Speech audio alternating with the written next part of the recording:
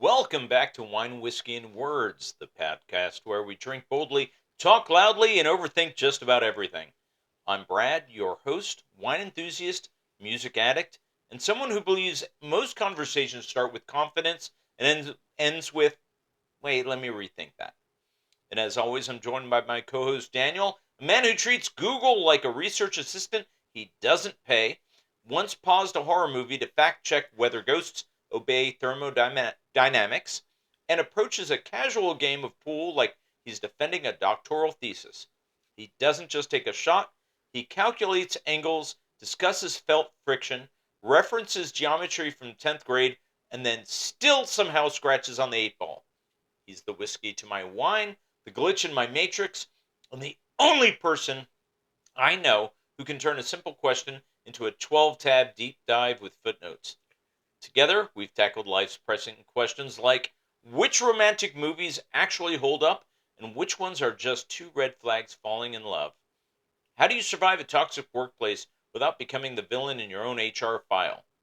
Which comedians deserve legendary status and which ones are coasting on jokes older than their fan base?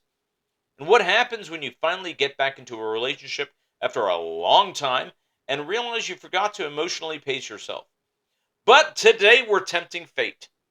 This week, we're diving into the concept of luck, what it is, whether it's real, and why otherwise rational adults refuse to walk under ladders but will absolutely text their ex during a full moon.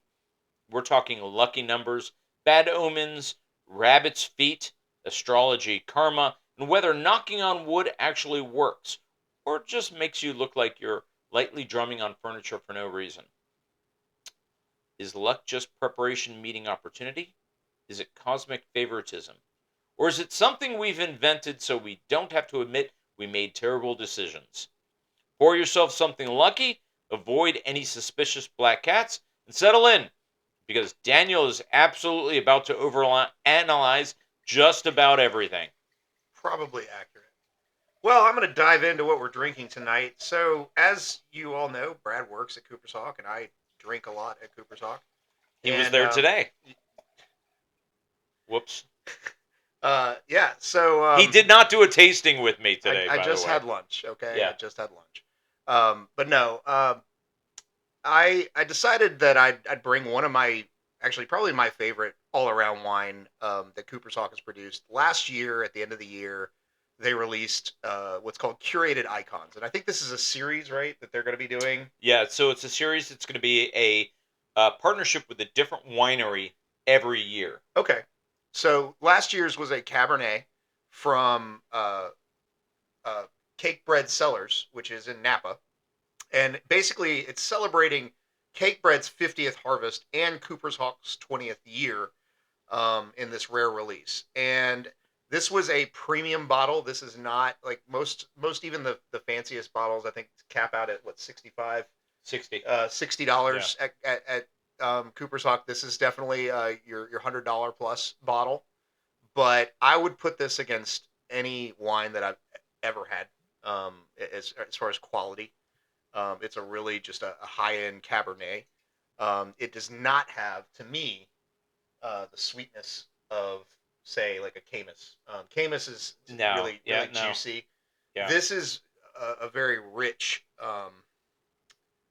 blend, and what I love about it the most is as you drink it and as it sits in the glass, it's I feel like different flavors start to come out. Absolutely. And Um, as it should really with any good wine. yeah, at one moment you'll get chocolate, and the next you'll get some berries, and the next you'll get like Yeah.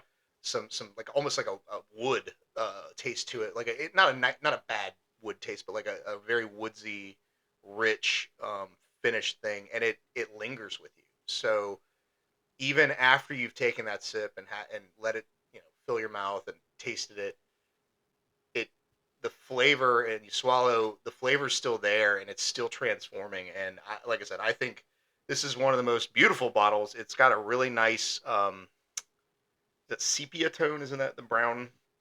It sounds good. Yeah, it's like a pastoral scene. I think it's probably the Cakebread's like tasting room or something.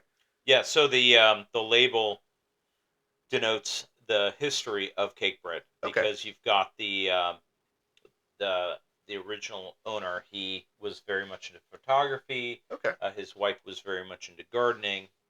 So that's all depicted on the bottle. So we opened this 30 minutes ago, Yeah. and we didn't pour it into a decanter, which probably should have. And we just poured it in glasses. So I think we'll probably want to check in on this periodically throughout Yeah. the episode.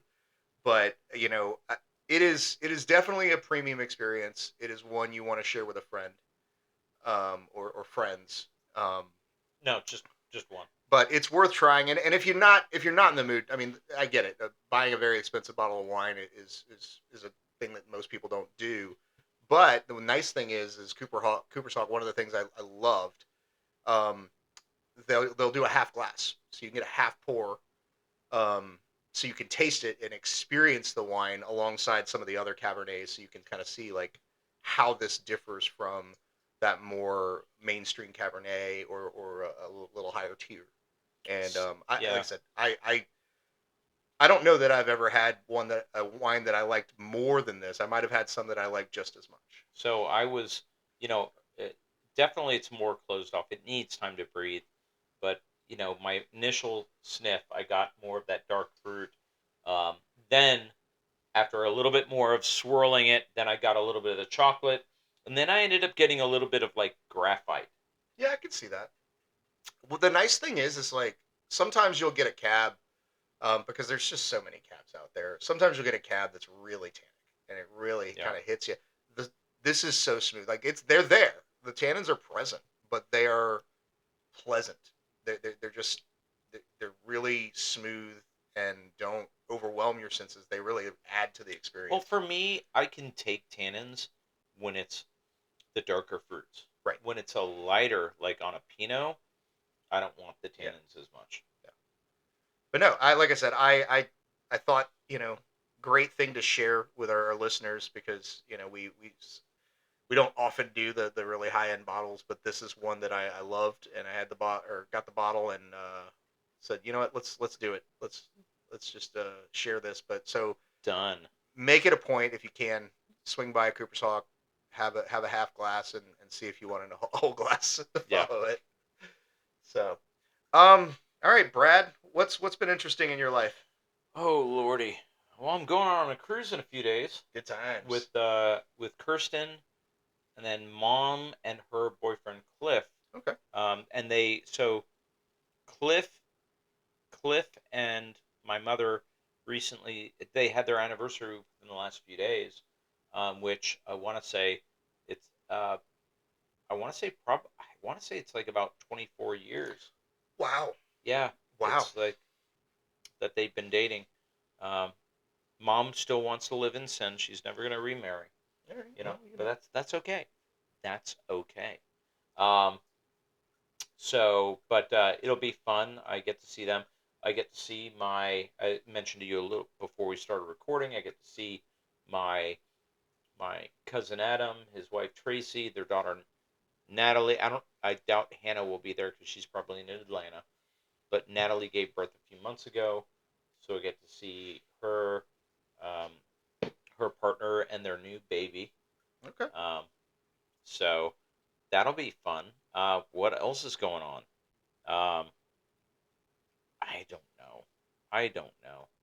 Yeah, it's been kind of a whirlwind, for me. I don't know. Yeah, Like you've been very busy at work. You've been working a lot. Seems like at I least. try. Yeah, well, it's yeah. I mean, Yeah. I'm there all the time. Yeah. But no, we had a very travel heavy, between myself and Jamie, January and February, and then I leave Monday to go to Birmingham. So, but then after that, I think I'm pretty well spent until I think April. So that's nice. Yeah. Um, I haven't really been doing much. I'm going through a job transition in the same company, but it's an adventure. And the roles are very different, so I'm constantly like switching uh, mental states, which is a challenge, but it's fun. I'm loving the new role. I'm really excited to step into it fully and make that my whole focus. But got a few things I got to wrap up. But only other thing, I've been watching some shows. I did watch. I was actually, when you came over, I was watching a show that had been advertised, Paradise on Hulu. Interesting. The description on Hulu does not match what the show actually turns out to be about. Uh, as far as I could tell, I'm not really sure who wrote that description, but fire them. No, don't fire them. No, just what encourage was them the to. description? It was something about like a private contractor for becomes the guard for the vice president or something. It was really Well, weird. It yeah, that was is weird. it really didn't fit what the story has turned out to be about. But so far, turned out to be a really good show. I also finished the first season of Night of the Seven Kingdoms, which really started off, and I almost just gave up. But and then I almost gave up again because there's an episode where you get a very large picture of a man's genitalia for several seconds, which I Never, we'll never watch a Seth Rogen movie. could have done without. It was frighteningly large. Um, Well, are you feeling a little inadequate? man, like God would feel inadequate. Okay, it was very very large. Well, I'll have to look and I'll tell you if I do. But no, it actually turned out to be a really good little season, and I'm looking forward. I hope they bring it back for another one. I've kind of liked the Game of Thrones ones. I haven't watched all of the, I don't know, the Game of Thrones prequel, but I enjoyed what I had watched. I just, Yeah. it's, yeah, I try not to watch too much TV. So, but yeah, like life's been pretty simple, other than just running around and staying busy. Yeah. All right, Brad, you reading anything interesting? I keep saying I need to read more and that I don't, but I am gonna make it. I'm gonna make it a point on this cruise Okay, to read a lot. I'm gonna let Kirsten know that she's gonna keep me out of the casino. good plan. So I Solid, mean, solid other than plan. so we don't have the drink package on this casino. Yeah, on the cruise. On the cruise. Yeah, On the you're off to a really good start staying out of the casino, Woohoo! Brad. We don't have the drink package on this cruise, so I will go to the casino to get my free drinks. Okay, But and I have plenty of free play nice. to use, so I Good. plan on utilizing that, and then we'll see. Yeah. So Well, good. I'm currently rereading a series just because it's easy and kind of fun. One of the things about having a Kindle is it makes it really easy to roll through. Like you finish the one book and it goes, "Hey, do you want to read the next one?" You just click the button and it pops up. But what happens is you'll get really into a series and then you'll reach the next one and it's like coming out in 3 months. It's like, oh man, so you'll forget about it for a couple of years. And so I'm rereading this Backyard Starship series because they've added at least 20 more books. well, that was like the Stephen King series, the Tower. yes, Yes. yeah, the Tower series. It's like 20 years later, the second book comes out. I'm Yeah. like, I'm good now. Yeah. It's like waiting for Duke Nukem Yeah. Forever or Yeah. whatever. Yeah. So, but yeah, like the Backyard Starship series is a fun, easy read. If you have Amazon Kindle Unlimited, I recommend it if you're into nerdy science fiction. But yeah. All right. Well, Brad, this is your topic, and since Yes, you it were talking is. casino, I'm going to let you introduce it, and we'll Yeah. get going. So what we're talking about is the concept of luck and other superstitions. And I've done a little bit of research, and I'm basically throwing it all out. But the idea of luck originally originated as a way for early humans to explain random, uncontrollable events, attributing good or bad fortune to spirits, gods, fate, whatever. While ancient cultures used charms, the specific term evolved from Middle Dutch geluk, I don't know, which means happiness or fortune, around the 15th century, often associated with gambling, chance, and probability. So interestingly enough, there's been a bunch of studies in and around the concept of luck, but it's one study by Pritchard and Smith in 2004 reported that gamblers think of luck as referring to people and chance as referring to events, believing that some people are luckier than others, but that chance is the same for everyone. What do you think about luck? Say that again. Luck versus So- chance. Yeah, luck versus chance. So let's go back a little bit. There was a let me read a little bit here. So there was a study by Dark and Friedman in 1997. Okay. They developed the belief in good luck scale to quantify these beliefs. They uncovered reliable individual differences, with some participants exhibiting belief in luck as a stable internal force, believing that they possessed it. Internal? Internal. Interesting. Internal. Okay. So others thought of luck as external, random, and unreliable, akin to chance. I So see. so right. So luck internal or chance external. Participants who reported believing in luck as a stable force acted as if experiencing good luck would help them in the future. Importantly, these participants' beliefs in good luck as a force were distinct from simply thinking of luck as a synonym for being fortunate. So, but there's another study viewed that luck concepts range on a continuum from belief in luck as a supernatural force to believing it to be equivalent to chance. Um, there's a suggestion that there are two discrete dimensions of luck beliefs with no relation between them. One, that beliefs in luck as a supernatural force, and two, beliefs about personal luckiness. So you can look at luck as internal and look at it as external. Like I'm lucky versus I got lucky. Right. Okay. Yeah. I had a hard time preparing for this because in examining the idea of luck, like I do think I believe in good fortune as a thing that occurs, Yeah. but I don't believe that like there is this force that is called luck that influences our outcomes. I think it's all retrospective. Like I feel like there are certain people, you know, some people call it privilege, some people call it whatever, but some people are Right. just born quote unquote lucky because you know their mom and dad happen to be pretty well off, and some I people I aren't. think that too often or not, the luck is put out on others. Like I'm not doing well, and I see you benefit from something. I go, oh man, you're lucky. But see, that's envy. Like that to me, that Yeah, doesn't. That, no, like I exactly. yeah, I don't. I like I said, I think That's every it. time I Episode is done. yeah Luck is we're done. envy.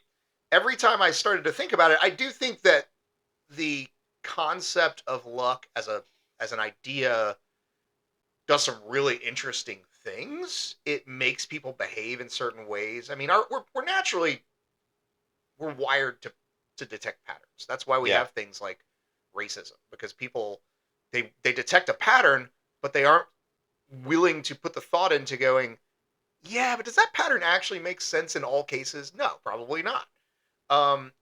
So that's what causes you to sit at that roulette table, win, win, win, win, win, and then think you're going to keep winning because you're having a lucky night, but you end up losing it all. Like I think that I think it's really interesting as a concept, and I definitely acknowledge its existence psychologically and philosophically, but I don't know that I believe in.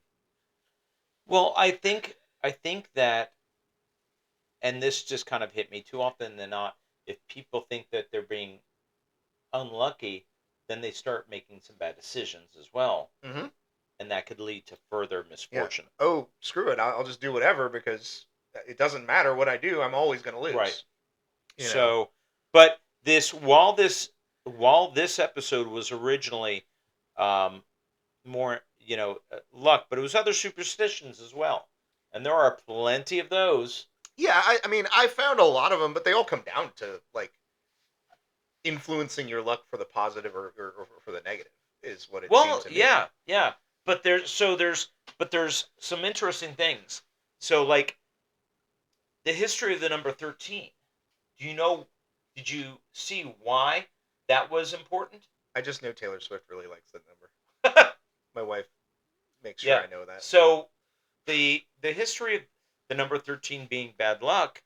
Um, so the more popular was because, do you know who the 13th person at the Last Supper was? Oh, wasn't that Judas? Yes, it Yes. was. All right. I But mean, even further back, as we know, a lot of the Judeo-Christian were based on older mythos. Loki was the 13th member of a dinner party in Valhalla. Oh, okay. upsetting the balance of the 12 gods already there. Oh, okay. Whoa. Yeah, so like I do think the superstitions were kind of interesting to find. Like things like um there was a thing about like in India, elephants with raised trunks are good luck. I we don't really encounter that often Elephants here. with no trunks Um, have bad luck. yeah. Uh, the number 7 is considered to be lucky. That's why it's always like everywhere at the casino. I don't know why. I'm sure there's a reason. Um, but oh, actually, I did find that. Hold on. Where was it? The number 7 is lucky because it's seen as cosmically significant. Oh, there you go. Isn't there a thing in Judaism about like numbers and luck and like Yeah. Kabbalah? Isn't that Yeah. what it's called? Yeah. I mean, I am completely, that is the extent of my knowledge on the subject. Yeah. So, So it is. Oh my God, you're putting me on the spot. and there I'm was a the bad movie with the Jew. guy. Uh, I'm a bad Jew. yeah. Anyway, Um, we don't have to look it up. It's fine. no, I'm going to tell you. It's 18. Okay. It because 18 symbolizes chai, which it means life. Oh, okay. So that's why typically, if you're going to like a bar mitzvah, bat mitzvah, anything like that, and you're giving a monetary gift, you give it in increments of 18. Makes me think of the movie Pi was like all about numbers and that kind of thing. Yeah. I Yes. mean, and there was an element of the Kabbalah Yeah. there too Okay. in that movie, wasn't there? I don't. I You didn't didn't see see it? it. No. Oh man, you're missing out. Yeah. All right. Well, but yeah, like things weird. Like this is why I thought you chose this was because 4-leaf clovers are considered I lucky. saw that one too. Are 4-leaf clovers actually a thing? Like, is that really a thing, or is that just a made up thing? So if like no one ever finds them, so none of us are lucky. So apparently, um, the first of all, the chances of finding a 4-leaf clover are about 1 in 10,000, So I mean, like, making that's kind of lucky in and not of too bad. itself. But apparently, it dates back to Adam and Eve. So the legend has it that Adam and Eve were leaving the Garden of Eden. Eve plucked a 4-leaf clover as a souvenir. Another one dates back to Celtic times, Okay, yeah, that where it was tracks. believed that 4-leaf clovers would help ward off evil spirits. Yeah. And there was another medieval theory that possessing this lucky plant allowed one to see fairies. Okay. Well, yeah. But I mean, so that we also have like the rabbit's foot. yeah, that's a So weird one. Like, well, but because it's always been kind of saying, and you see this even today, where you have people going, "I need to eat the heart of a lion and gain its power." That's what it was about. It was about so you're totems. supposed to eat the foot, No, but I'm like, I talking feel about like if you're carrying around a rabbit's foot, it wasn't very lucky for the rabbit. fine, Why eat do you it. think it's going to be lucky for you? So, but the foot is also a phallic symbol, so it represents increased fertility, Some people are into that kind of bountiful thing. harvest, good fortune. Um, Celtic tribes believed that rabbits could speak with underground gods and spirits thanks to their burrows. Mm. Um, Like donkeys so, what? burrow. You need to stop drinking. You're cut off. You are cut off. All right. Yeah. So like, what I found was really interesting is like, there's a lot more like, there's like philosophical foundations behind luck. Like people, like Aristotle had strong opinions about like the difference between like you were talking about chance and fortune and like actually taking action. And Yeah. I think I'm a believer that generally people who are perceived as lucky either by themselves or by others, it's generally just a result of an action they took or a series of actions they took that led them there. Yeah. And what I found was interesting is I was looking, and I've heard some podcasts in the past about this too. Like most professional gamblers, who play games of chance but play them, as their career, um, tend to not think about things in terms of luck. It's all about numbers. Like so, like you sit Yeah. down at the blackjack table, you follow the system, you play it, you adjust your bets accordingly, and over time you will win. yes, you may have a night where you lose 100 grand, but you'll have two more where you win 100 grand, so it balances out. Right. Right. And then like I remember listening to a poker player. She was actually a statistician who became a poker player, and because apparently it pays better. Um, and she talked a lot about it. She's like, no, like I don't even like luck is not a factor I consider. Like it's not because you can't rely on it. You can't Right. depend on it. Right. So it's all about the numbers. So I do think maybe I'm just jaded about luck, but again, I think the only gray area I see is like the luck of birth and who gets to bring you up in your formative years. It's Yeah. like that is truly a matter of hey, some of us get born into wealth, some of us don't. Some of us get born into a happy, healthy family. Some of us get born into broken homes, Yeah. and we don't get to choose that, and it just happens. And so, like that, I think that's probably the extent to which I believe in good or bad luck. So, Fair enough. It's another interesting fact that I found is, about wearing black for mourning. yeah, So that originated from way back, more in like medieval times and such, that they ancient cultures saw death as being contagious. really So if you were in the presence of death, if you were in the presence of someone who had died, you wear black. interesting. See, I would have thought that black was just naturally associated with death because many predators are nocturnal, and so like it's just an association. I wouldn't have thought that there was actually a that kind of superstition. That's interesting. Well, you would have been wrong. I learned. Yeah. There's also stuff like lucky coins. I read were about. Um, this comes from ancient Rome. Like metal was believed to have some protective powers, just because like that's what we build armor out of. I've got a and stuff. lucky coin. Yeah. Yeah. Is it a Trump coin? No. So this is a Ooh, coin. look at this. This is a coin I received when I was working at the Cooper's Hawk in Jacksonville. Okay. So this is a challenge coin from the National Guard. Very cool. So one thing that I learned, Bang. one thing that I learned by the person that gave me this coin is you never offer up the coin like that. If I offer the coin up like that and you accept it, it is now yours. Oh. So okay. if I like do this and you take it, It's for then inspection. it's for inspection. Exactly. So at Disney, there's a group at Disney World called D3, the Disney Day Drinkers, and they have challenge coins that they Really? issue.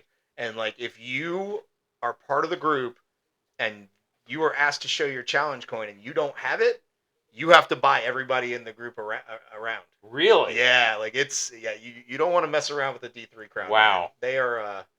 They are a hardy bunch. Wow. But, yeah. So yeah, I thought that was interesting. Then there's like bad luck superstitions. A lot. There's like the evil eye. Yeah. Like that. It's not just when your mom looks at you like because you did something wrong. Like it's actually like a tradition in much of Asia and the Mediterranean and stuff. Like it's basically like an amulet that you wear to protect yourself against bad will and stuff. You talked about 13. Then we get all weird things like breaking a mirror. Yeah. Because they reflect the soul, apparently. So the apparently the breaking of wishbones.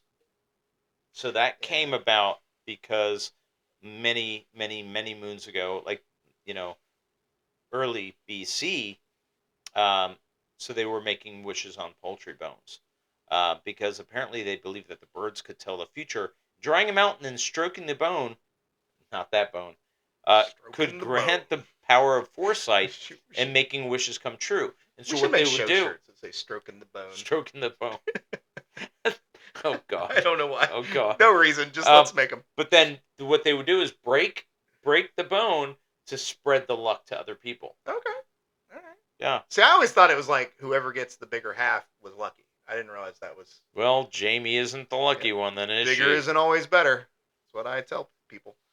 Um, yeah. So like again, I tried to think like, do I have superstitions?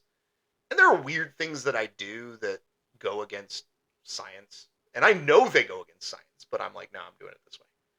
And but it's not superstition. It's just Yeah. like me being a grumpy old man and doing it Yeah. that way. You're a grumpy old man.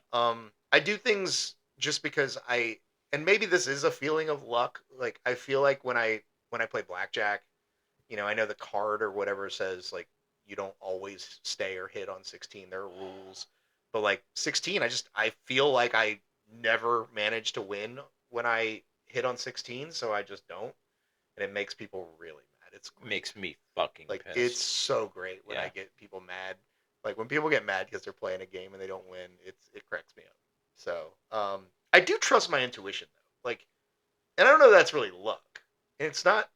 No. I wouldn't say it's a superstition, but like if I'm in a space or like observing something and I go, I shouldn't be here. This is gonna go bad. Like I bolt. I am out. I'm like, nope, we're gone, done. I do not. I've learned not to question that, but I don't think it's luck. I feel like that's just go with your gut. Yeah. Now, do you know the the reason why people throw salt over their left shoulder? Well, if you're cooking and you're looking away from the stove, sometimes it's like you got. Well, why not the right in that case? Well, I mean, I'm right-handed. It's kind of hard to throw over your right. So Like a T-Rex. you're bigoted against left-handed people then. Well, I've What never you're seen saying. a left-handed person throw salt over their shoulder, so I don't know. Maybe they do the right shoulder. Do you watch people throw salt over their shoulder I mean, constantly? hey, like I used to watch Yan Can cook. He probably did it once or twice. So, Jamie, I would ask for a divorce now. Anyways, so basically, it's because that's where the devil sits. Ah, Devil's on your left, angel is on the right. So you throw salt over the left shoulder to blind the devil. I remember this from Looney Tunes. The devil was usually on that left Yeah. shoulder. All right. What's with the salt though? Like, do you think that like what's the Um, devil care about salt? it blinds the devil. Okay. Yeah. All right. Because the Got devil some hypertension. apparently is all powerful except for salt. Yes. Well, Yeah. Yeah. we've all got our weaknesses. Yeah. All right. Well, that's all I got, man. Oh, well, I mean, so I got the whole knocking on wood thing. So I do knock on wood sometimes, but not because like it's more like a figure of speech than Yeah. I don't believe it does anything. So that belief came from um, ancient pagan cultures that believe spirits and gods resided in trees. So knocking on a tree could summon protection. And then there's the opposite theory I was gonna say it could also kind of piss that off whatever's in the knocking tree. on wood scared evil spirits away. Okay. So either one. So more recently, knocking on wood for good luck traces back to a 19th century children's game called Tiggy Touchwood, where children were only safe in the game when they were touching wood. Not to be confused with the Catholic game, where let's not go there. Just not touching Let's not go there. Nah, Let's not go there. there will be Anyways, no Tiggy Touchwood. no. So here's a funny thing. I would frequently see Kirsten post on Facebook, rabbit, rabbit, rabbit. And I'm like, what the hell is she posting and why is this? So that came across my research. And so apparently there's some people that post that or say that once, twice, or three times when they wake on the first day of the month. So apparently it goes back, the first known documentation of the superstition can be found in a 1909 edition of the quarterly scholarly journal Notes and Queries. But apparently FDR swore by the habit, and Nickelodeon revived the superstition in the 90s with Rabbit Rabbit Day on the last day of each month. So they reminding children to say it the next morning. Weird. Yeah, very weird. Yeah, that one I don't know. There were a lot of conversations in my research about luck and morality, which I really had a hard time following. Like, people believe that there was an element of luck to moral judgment. Yeah. And clearly I didn't pay that much attention in philosophy classes because I don't remember any of that. But there's this sense of like you can luck your way into proper behavior, I guess is what they were getting at. That sometimes, and I guess if you ever watch The Good Place, which is a Yeah. really neat show, if you're into philosophical thinking, you know, there are moments where it was like, well, no matter what they do, they're wrong. And so I guess some of these thinkers believe that like there's an element of luck in choosing what you think is right and just happening to be right. But I don't know. That's kind of, I feel like that's a reach. Yeah. I don't know. If I paid attention to what you were saying, I could respond. Yeah. Sometimes you just don't have anything Yeah, to say. it's the wine right now. I initially did pay attention, and I was thinking of a reply, but then I was like, this wine is good. Yeah, And then, it is it's like the aftertaste when I didn't have some for a while slowly like morphed into this lovely um, apple, but not like a red delicious, but like a nice gala apple or something like okay. the not so sweet ones that go into pie that make it so good. So Daniel's an apple aficionado. I do like my apples. Can you list all the different apples? I can list a few. Okay. You got your Fuji's. Let's go. You Okay. got your Granny Smiths. You got your Gala apples. You got your Red Delicious. You got your Golden Delicious. There's that's Isn't exciting. there like a red crisp? Yeah. There's Honey Crisp apples. Honey Yeah, Crisp? Honey Crisp, which is also a lovely cereal, I think. Right? Yeah. Yeah. No, I mean, Okay. I know some apples. How you like There's a them bunch of apples? apples. So I also found out like opening umbrellas inside. You know, so that one, although it's like you shouldn't do it because you might knock something over. In ancient Egypt, umbrellas were needed to protect noble and high class people from the sun. So if you're opening up umbrellas inside in the shade, that was considered offensive to the sun god. So wait, they had umbrellas in ancient Egypt? Apparently so. Well, they had plumbing in Rome. Were they made out of papyrus? I don't know. Like, I mean, Why don't you invent a fucking time machine and travel back to find out? we don't get mean. Well, that's my thing. All right. Um, yeah, I'm actually kind of surprised by that. I just assumed that umbrellas were a relatively recent development. Well, you would be wrong. Like, I would have thought maybe 1600s. Yeah. No. Huh. All right. Well, what about walking under a ladder? I did read about this. Once seen as breaking the sacred geometry, and it's tied to the Holy I Trinity. did see that. Yeah. So that was a good one. Black cats. Like, I read that they're associated with witchcraft, and I probably should have pursued it a little more, but I didn't. But Yeah. but in Japan and Scotland, black cats are considered lucky. So There you go. yeah. So all right. Well, that's all I got, Brad. I'm. This is not my topic. That's all right. That's okay. Let's move on. All right. Hey, Brad, you got a Reddit for us? I do. So this one I just picked it up. So I just read a little bit about it and I said, this is probably going to be good. So let's see. Am I the asshole for not wanting to be in a relationship with a man who is trying to force me into one, but I still let him buy me things, even though I told him we will never be in a relationship? So let me read. I, 29 female, met a man I used to work with, which is 39 male. We'll call him Paulie, at my previous job. We started off as friends because he seemed kind of a loner and I have a good heart, so I said, why not? We started out just doing what friends do, talking, going to the movies, hanging out, nothing crazy or sexual at the beginning. I told him I don't find him attractive, and I honestly told him he gives me, oh my god, I'm gonna, beta energy, and I don't feel like he'd protect me if we were in a real life situation, and I'd never date a guy like that. I wasn't rude or trying to be hurtful, just honest about how I viewed him and that we'd never be in a relationship because of it. This person is horrible with punctuation. Um, I also told him I feel like there is a side of you I don't know. Something about him made me not want the relationship. He didn't mind, um, and said we could be friends. So we've been friends for about 2 years, and over the past year, he's been trying to say things like we could be together, and there's nothing I wouldn't do for you, etc., etc. This past year has been rough for me. I lost my job due to a stalker. Wow. Wonder why. Yeah, and my car was also in the shop due to that said stalker. Polly has been a major help in helping me get my car fixed, getting me back and forth to work, and just being an overall good friend.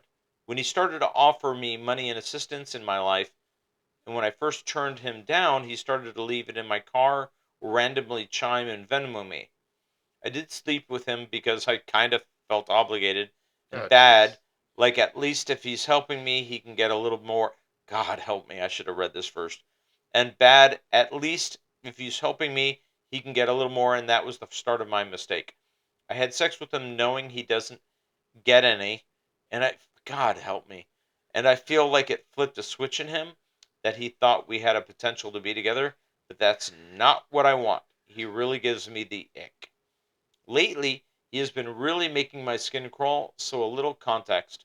When my car was in the shop, he'd take me to the laundromat to wash my clothes, or when he was over, he'd help me carry my clothes to the basement to wash nice gestures. Yeah, this person's English is horrible. Recently, over the past few weeks, he's been getting really weird asking me to wash my clothes for me.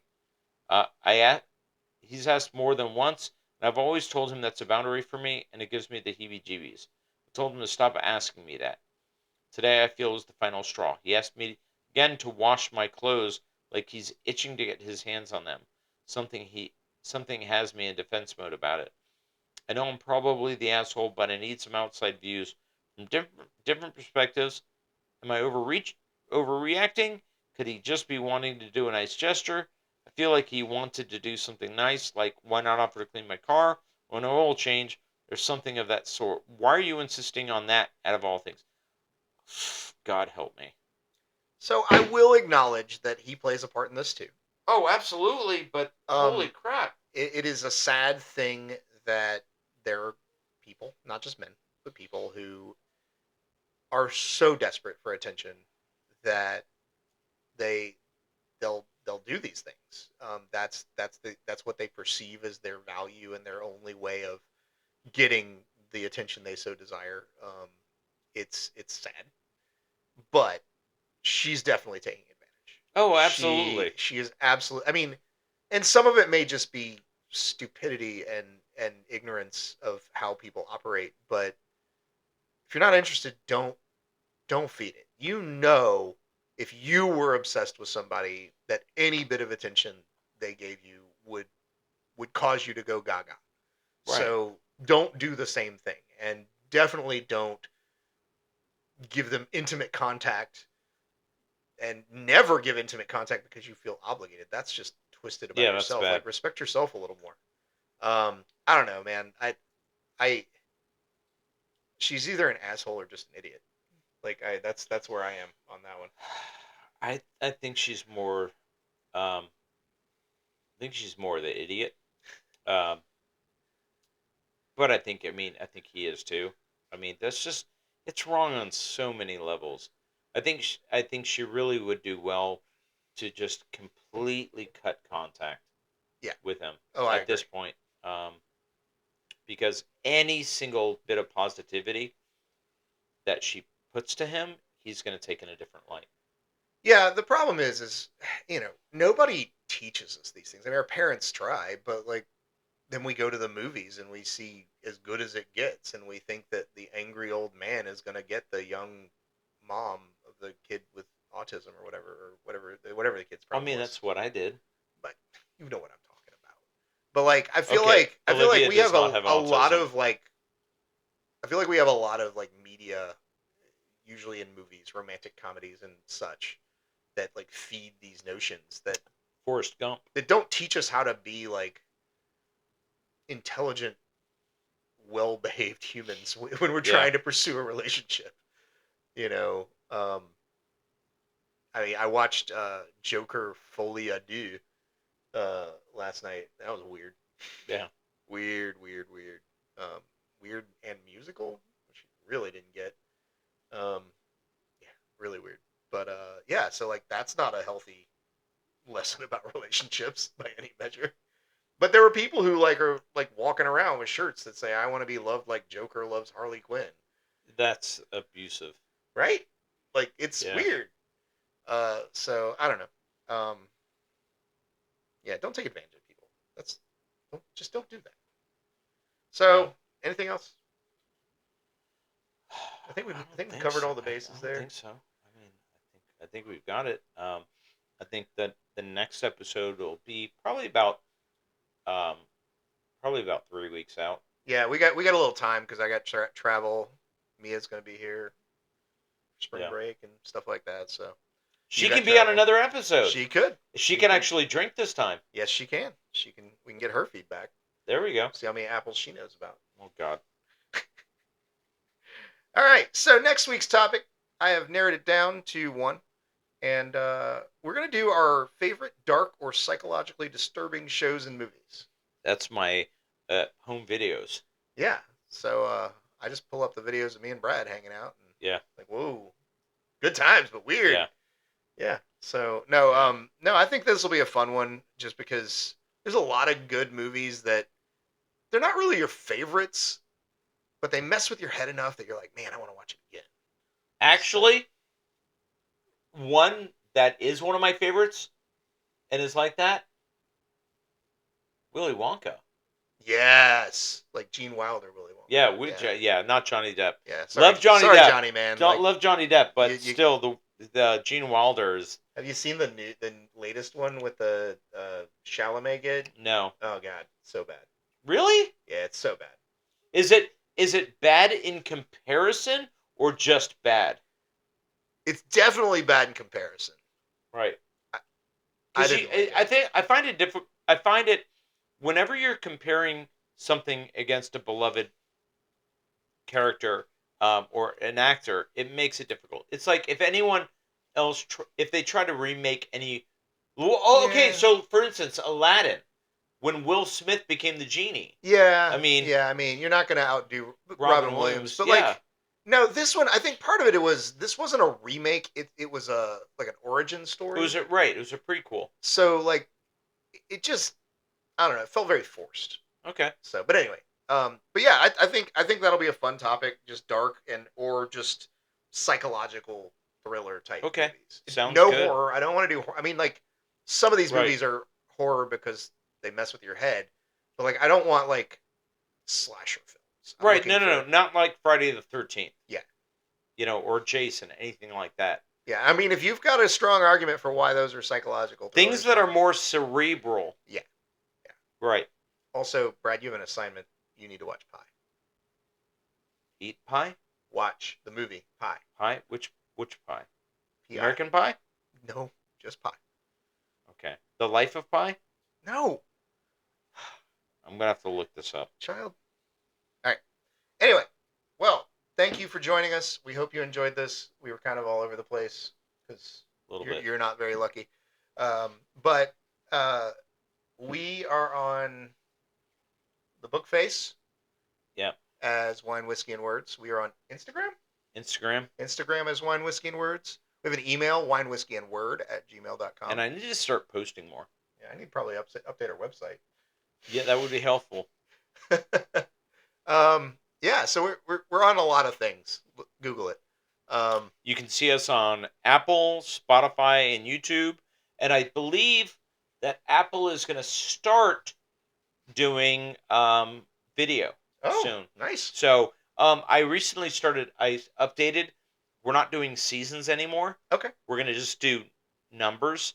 That So works. 1 to wherever. I think this is might be our 40th Really? episode. Have we done that many? Um, That's impressive. it's up there. I mean, actually, I can kind of tell you right now. Da da da. I feel like we have a good time. I mean, that was the main point of all this. So the last episode we did was romantic movies. Yes. And that was Oh, number 35. So this is number Alright. 36 then. Still a pretty good run. Yeah. Yeah. Sounds good. Well, we hope you enjoyed this, and we hope you will join us again for another episode that may or may not be more entertaining. Who Yeah. knows? It depends on what we're drinking. Yeah. Maybe we'll drink some Malort and what absinthe. Yeah. Just get weird Yeah. with our psychological thrillers. That'll go There over we. well. That would work. Yeah. Like Oh, now I got to think. Now I have to think of what we're gonna pour along. This is how I land on the neighborhood Facebook group. Running down the street. Ah! Yeah. All right. Well, thank you for joining us, and cheers. Cheers. And good luck. Clink.